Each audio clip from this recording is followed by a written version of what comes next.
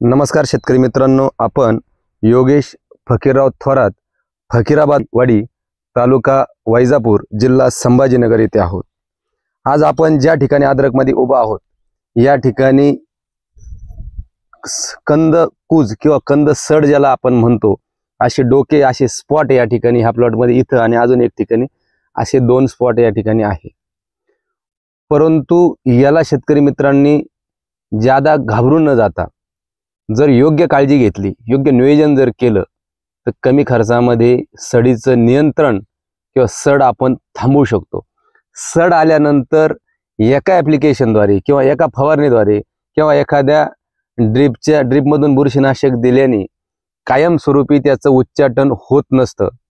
हा जो महिना आहे तो ऑक्टोबर हीट पितरपाटा संपत आलेला आहे आणि जसं दिवसाचं तापमान वाढतं तसं सडही जर कुठं असेल तर ती वाढू शकते। ती वाढू नये म्हणून काय उपाययोजना आपल्याला करायची आहे त्या संदर्भातला आपला आजचा हा व्हिडिओ आहे।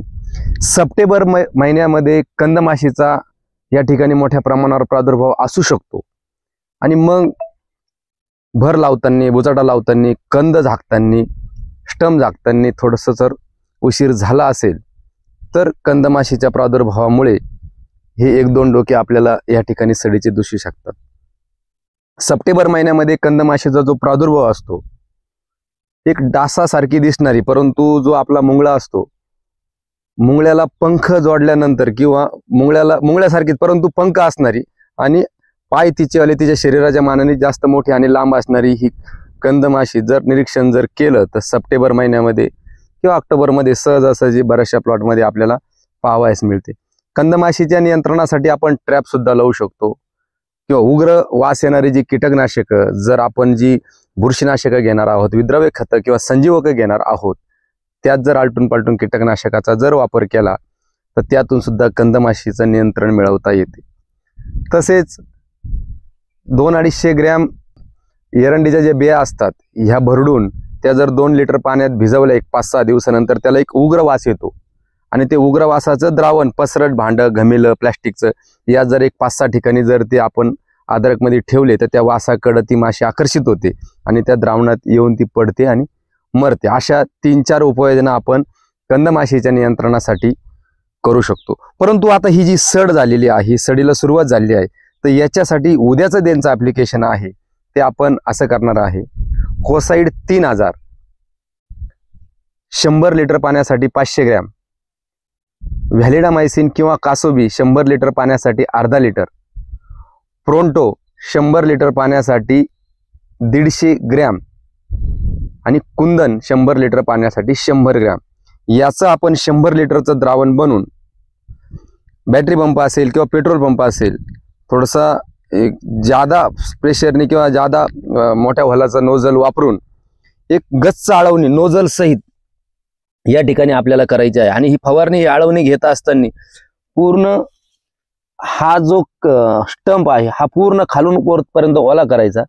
तसेच हा जमिनीचा पृष्ठभाग शांततेत स्प्रे घेऊन पूर्ण ओला करत घ्यायचा। इकडेही हा स्टंप ओला करायचा।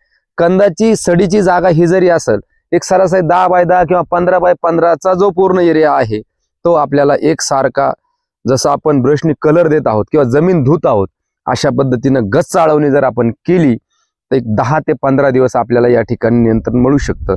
आणि पुन्हा 15 दिवसानंतर आपण M45 मॅट्रिक्स आणि पुन्हा अँटीबायोटिक आणि जरुरी प्रमाणात कीटकनाशक याची एक गच्च आळवणी आपल्याला या ठिकाणी करायची आहे। ही 3री आळवणी होईल।